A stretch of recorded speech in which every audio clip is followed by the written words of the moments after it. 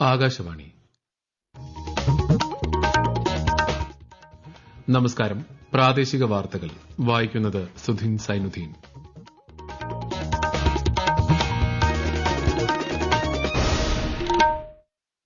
പ്രധാന വാർത്തകൾ. ഭീകരർക്കും അവരെ പിന്തുണയ്ക്കുന്നവർക്കുമെതിരെ കർശനമായ നടപടി സ്വീകരിക്കാൻ ഇന്ത്യ പ്രതിജ്ഞാബദ്ധമെന്ന് പ്രധാനമന്ത്രി നരേന്ദ്രമോദി. പാകിസ്ഥാനിൽ നിന്നുള്ള ഇറക്കുമതിയും തപാൽ കൈമാറ്റവും നിരോധിച്ച് ഇന്ത്യ. കുടുംബശ്രീ സംഘടിപ്പിക്കുന്ന 12ാം ദേശീയ സരസ് മേള അല്പസമയത്തിനകം കോഴിക്കോട് മുഖ്യമന്ത്രി പിണറായി വിജയൻ ഉദ്ഘാടനം ചെയ്യും. കോഴിക്കോട് മെഡിക്കൽ കോളേജ് അത്യാഹിത വിഭാഗത്തിലുണ്ടായ അപകടത്തിൽ സമഗ്ര അന്വേഷണം നടത്തുമെന്ന് മന്ത്രി വീണ ജോർജ്. പൂരത്തിനൊരുങ്ങി തൃശൂർ. സാമ്പിൾ വെടിക്കെട്ട് നാളെ. IPL ക്രിക്കറ്റിൽ royal Challengers Bengaluru Chennai super കിങ്സിനെ നേരിടും. വാർത്തകൾ വിശദമായി.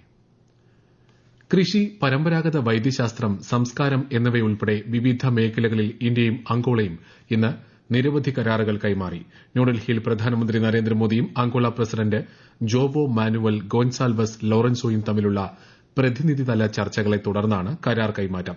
ഭീകരർക്കും അവരെ പിന്തുണയ്ക്കുന്നവർക്കുമെതിരെ ഉറച്ചതും നിർണായകവുമായ നടപടി സ്വീകരിക്കാൻ ഇന്ത്യ പ്രതിജ്ഞാബദ്ധമാണെന്ന് പ്രധാനമന്ത്രി നരേന്ദ്രമോദി തന്റെ സംയുക്ത വാർത്താക്കുറിപ്പിൽ അറിയിച്ചു.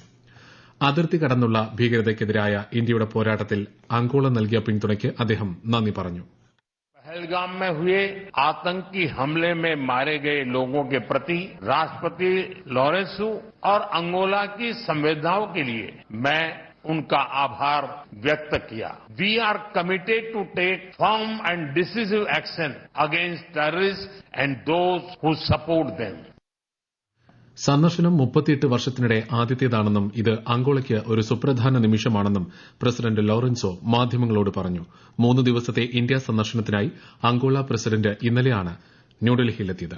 ഇന്ന് രാവിലെ രാഷ്ട്രപതി ഭവനിൽ പ്രസിഡന്റ് ലോറൻസോയ്ക്ക് ആചാരപരമായ സ്വീകരണം നൽകി. വൈകുന്നേരം രാഷ്ട്രപതി ദ്രൌപദി മുർമുവുമായി അദ്ദേഹം കൂടിക്കാഴ്ച നടത്തും. നാളെ ഇരു രാജ്യങ്ങളും തമ്മിലുള്ള നിക്ഷേപവും വാണിജ്യ ബന്ധങ്ങളും പ്രോത്സാഹിപ്പിക്കുന്നതിനായി ലക്ഷ്യമിട്ടുള്ള ബിസിനസ് പരിപാടിയിൽ പ്രസിഡന്റ് ലോറൻസോ പങ്കെടുക്കും. പഹൽഗാം ഭീകരാക്രമണത്തിന്റെ പശ്ചാത്തലത്തിൽ പാകിസ്ഥാനിൽ നിന്നുമുള്ള എല്ലാത്തരം മെയിലുകളുടെയും പാഴ്സലുകളുടെയും കൈമാറ്റം ഇന്ത്യ താൽക്കാലികമായി നിർത്തിവച്ചു. വ്യോമ, ഉപരിതല മാർഗ്ഗങ്ങളിലൂടെയുള്ള പാഴ്സലുകളുടെ കൈമാറ്റം താൽക്കാലികമായി നിർത്തിവയ്ക്കാൻ കമ്മ്യൂണിക്കേഷൻ മന്ത്രാലയം ഇന്ന് പുറത്തിറക്കിയ പ്രസ്താവനയിൽ പറഞ്ഞു. നേരത്തെ പാകിസ്ഥാനിൽ ഉൽപ്പാദിപ്പിക്കുന്നതോ കയറ്റുമതി ചെയ്യുന്നതോ ആയ എല്ലാ വസ്തുക്കളുടെയും നേരിട്ടോ അല്ലാതെയോ ഉള്ള ഇറക്കുമതി അടിയന്തര പ്രാബല്യത്തിൽ നിരോധിച്ച് വാണിജ്യ മന്ത്രാലയം ഉത്തരവിറക്കിയിരുന്നു. കോഴിക്കോട് മെഡിക്കൽ കോളേജിലെ അത്യാഹിത വിഭാഗത്തിൽ നിന്നും പുകയുയർന്ന് അപകടമുണ്ടായ സംഭവത്തിൽ സമഗ്ര അന്വേഷണം നടത്തുമെന്ന് ആരോഗ്യമന്ത്രി വീണ ജോർജ്. മെഡിക്കൽ കോളേജ് ആശുപത്രി സന്ദർശനത്തിനും ഉദ്യോഗസ്ഥരുമായുള്ള ചർച്ചകൾക്ക് ശേഷം മാധ്യമങ്ങളോട് സംസാരിക്കുകയായിരുന്നു മന്ത്രി. സംഭവത്തിൽ പോലീസ് 2 കേസുകൾ രജിസ്റ്റർ ചെയ്തിട്ടുണ്ട്. സാങ്കേതിക തകരാർ സംബന്ധിച്ച അന്വേഷണം പുരോഗമിക്കുന്നതായും മന്ത്രി വ്യക്തമാക്കി. PWD ഇലക്ട്രിക്കൽ വിഭാഗം പ്രാഥമിക അന്വേഷണ റിപ്പോർട്ട് സമർപ്പിച്ചതായും ആരോഗ്യമന്ത്രി അറിയിച്ചു. കോഴിക്കോട് മെഡിക്കൽ കോളേജിൽ ഇന്നലെ രാത്രി ഉണ്ടായ സംഭവത്തെ സംബന്ധിച്ച് സാങ്കേതികമായിട്ടുള്ള അന്വേഷണം ആരംഭിച്ചു. ഇലക്ട്രിക്കൽ ഇൻസ്പെക്ടറേറ്റിന്റെ അന്വേഷണം നടക്കുകയാണ്. PWD ഇലക്ട്രിക്കൽ വിഭാഗം പ്രാഥമികമായിട്ടുള്ള ഒരു അന്വേഷണ റിപ്പോർട്ട് സമർപ്പിച്ചിട്ടുണ്ട്. ഇത് കൂടാതെ പോലീസിന്റെ അന്വേഷണത്തിന്റെ ഭാഗമായി ഫോറൻസിക് പരിശോധന അവിടെ നടക്കുകയാണ്. ഈ അന്വേഷണങ്ങൾ പൂർത്തിയായി ഒരു റിപ്പോർട്ട് വരുമ്പോൾ മാത്രമാണ് എന്തുകൊണ്ടാണ് ഇത്തരത്തിലുള്ള ഒരു സംഭവം ഉണ്ടായത് എന്നുള്ളത് നമുക്ക് മനസ്സിലാക്കാനായിട്ട് സാധിക്കും. കോഴിക്കോട് മെഡിക്കൽ കോളേജ് ആശുപത്രിയിലെ തീപിടുത്തത്തിൽ സർക്കാർ ഉന്നതതല അന്വേഷണത്തിന് ഉത്തരവിടണമെന്ന് പ്രതിപക്ഷ നേതാവ് VD സതീശൻ. ആശുപത്രി അധികൃതരുടെ ഭാഗത്തുനിന്നും വീഴ്ച ഉണ്ടായിട്ടുണ്ടെങ്കിൽ കർശന നടപടി സ്വീകരിക്കണം. നിലവിൽ സ്വകാര്യ ആശുപത്രിയിലേക്ക് മാറ്റിയിരിക്കുന്നവരുടെ ചികിത്സാ ചെലവ് പൂർണ്ണമായും സർക്കാർ ഏറ്റെടുക്കണമെന്നും ശ്രീ സതീശൻ ആവശ്യപ്പെട്ടു.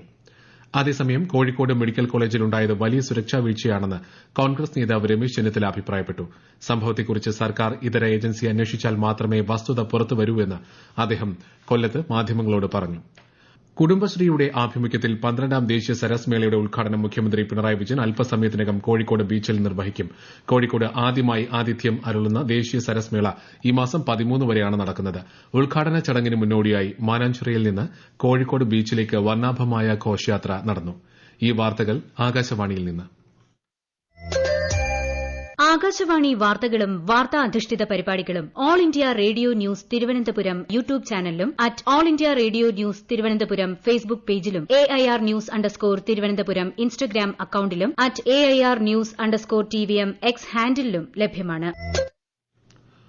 ആകാശവാണി തിരുവനന്തപുരം പ്രാദേശിക വാർത്താ വിഭാഗം അവതരിപ്പിക്കുന്ന പ്രത്യേക പരിപാടിയായ നല്ല വാർത്ത എല്ലാ ശനിയാഴ്ചയും വൈകുന്നേരം 6:40 പ്രക്ഷേപണം ചെയ്യുന്നതാണ്. ഇന്ന് പ്രാദേശിക വാർത്തകൾക്ക് ശേഷം നല്ല വാർത്ത കേൾക്കാവുന്നതാണ്.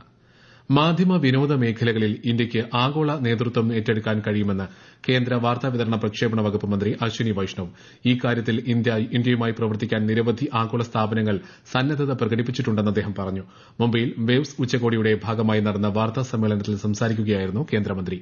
ഗൂഗിൾ, മെറ്റ, മൈക്രോസോഫ്റ്റ് എന്നിവയുൾപ്പെടെ 7 ആഗോള സ്ഥാപനങ്ങൾ ഇന്ന് ഇന്ത്യൻ ഇൻസ്റ്റിറ്റ്യൂട്ട് ഓഫ് ക്രിയേറ്റീവ് ടെക്നോളജിയുമായി ധാരണാപത്രത്തിൽ ഒപ്പുവച്ചു. രാജ്യത്തുടനീളം കമ്മ്യൂണിറ്റി റേഡിയോകൾ നടത്തുന്ന പ്രവർത്തനങ്ങളെ അഭിനന്ദിച്ച് കേന്ദ്ര സഹമന്ത്രി എൽ മുരുകൻ. എല്ലാ കമ്മ്യൂണിറ്റി റേഡിയോകളും ഓരോ ലക്ഷ്യത്തിനായി പ്രവർത്തിക്കുകയും പാരമ്പര്യത്തെ പ്രോത്സാഹിപ്പിക്കുകയും ചെയ്യുന്നുണ്ടെന്ന് അദ്ദേഹം അഭിപ്രായപ്പെട്ടു. വേവ്സ് ഉച്ചകോടിയിൽ കമ്മ്യൂണിറ്റി റേഡിയോ സമ്മേളനത്തിന്റെ ഉദ്ഘാടന ചടങ്ങിൽ സംസാരിക്കുകയായിരുന്നു കേന്ദ്ര സഹമന്ത്രി. മെയ് 6-ന് നടക്കുന്ന തൃശൂർ പൂരത്തിന് മുന്നോടിയായുള്ള ശബ്ദവർണ്ണ ആഘോഷമായ സാമ്പിൾ വെടിക്കെട്ട് നാളെ രാത്രി 7 മണിക്ക് ആരംഭിക്കും. ആദ്യം തിരുവമ്പാടിയും തുടർന്ന് പാറമേക്കാവും വെടിക്കെട്ട് വിസ്മയത്തിന് തിരികൊളുത്തും. വിശദാംശങ്ങളുമായി ആകാശവാണി തൃശൂർ ജില്ലാ പ്രതിനിധി ഭരിത പ്രതാപ്. തിരുവമ്പാടി പാറമേക്കാവ് വിഭാഗത്തിന്റെ വെടിക്കോപ്പുകൾ തേക്കിൻകാട് മൈതാനിയിലെ വെടിക്കെട്ട് പുരകളിലേക്ക് എത്തിക്കഴിഞ്ഞു. വെടിക്കെട്ടിന് തിരുവമ്പാടിക്ക് മുണ്ടത്തിക്കോട് PM സതീഷും പാറമേക്കാവിന് ബിനോയ് ജേക്കബുമാണ് ലൈസൻസികൾ. സ്വരാജ് റൌണ്ടിൽ പോലീസ് അനുവദിച്ച സ്ഥലങ്ങളിൽ നിന്ന് മാത്രമാണ് വെടിക്കെട്ട് കാണാൻ അനുമതിയുള്ളത്. തേക്കിൻകാട് മൈതാനത്തോട് ചേർന്ന് നടപ്പാതയ്ക്ക് മുകളിൽ ബാരിക്കേഡുകൾ കെട്ടിക്കഴിഞ്ഞു. പൂരപ്പിറ്റേന്ന് പുലർച്ചെ 3-നാണ് പ്രധാന വെടിക്കെട്ട്. മെയ് 6-നാണ് വിശ്വപ്രസിദ്ധമായ തൃശൂർ പൂരം. കണ്ണൂർ ജില്ലയിലെ മുഴപ്പിലങ്ങാട് ധർമ്മടം സമഗ്ര ബീച്ച് ടൂറിസം വികസന പദ്ധതിയുടെ 1ാം ഘട്ട ഉദ്ഘാടനം നാളെ രാവിലെ 10-ന് മുഖ്യമന്ത്രി പിണറായി വിജയൻ നിർവഹിക്കും. ടൂറിസം വകുപ്പ് 233.71 കോടി രൂപയുടെ ഭരണാനുമതി നൽകിയ പദ്ധതിയുടെ 1ാം ഘട്ടമാണ് പൂർത്തിയായത്. ലോകാരോഗ്യ സംഘടനയുടെ വയോജന സൌഹൃദ നഗരങ്ങളുടെ ആഗോള ശൃംഖലയിൽ ഇനി കോഴിക്കോട് നഗരവും. വയോജനങ്ങളുടെ ക്ഷേമത്തിനായി നടപ്പാക്കിയ പ്രവർത്തനങ്ങളുടെ അടിസ്ഥാനത്തിലാണ് കോർപ്പറേഷൻ ഈ പട്ടികയിൽ ഇടം പിടിച്ചത്. കൂടുതൽ വിവരങ്ങളുമായി ആകാശവാണി കോഴിക്കോട് ജില്ലാ പ്രതിനിധി നസീർ ബാബു. നഗരത്തിലെ ആശുപത്രികൾ, സിനിമാ തിയേറ്ററുകൾ, ബസ് സ്റ്റോപ്പുകൾ, മാളുകൾ, റെസ്റ്റോറന്റുകൾ, പൊതുയിടങ്ങളെല്ലാം തന്നെ വയോജന സൌഹൃദമാക്കി മാറ്റും. വയോജനങ്ങളുടെ സന്തോഷ സൂചിക ഉയർത്തുകയും ആനന്ദകരമായ വാർദ്ധക്യം ഉറപ്പുവരുത്തുകയുമാണ് ലക്ഷ്യം. വൃദ്ധരുടെ ജീവിത ഗുണനിലവാരത്തെ സ്വാധീനിക്കുന്ന വയോജന സൌഹൃദ പൊതുയിടങ്ങളും കെട്ടിടങ്ങളും, ഗതാഗത സൌകര്യങ്ങൾ, സമൂഹത്തിന് പിന്തുണയോടെയുള്ള താമസ സൌകര്യം, ആരോഗ്യ സേവനങ്ങൾ, ആശയവിനിമയ ഉപാധികൾ എന്നീ 8 പ്രധാന ഡൊമൈനുകൾ അടങ്ങുന്ന പദ്ധതിയാണ് WHO തയ്യാറാക്കിയിട്ടുള്ളത്.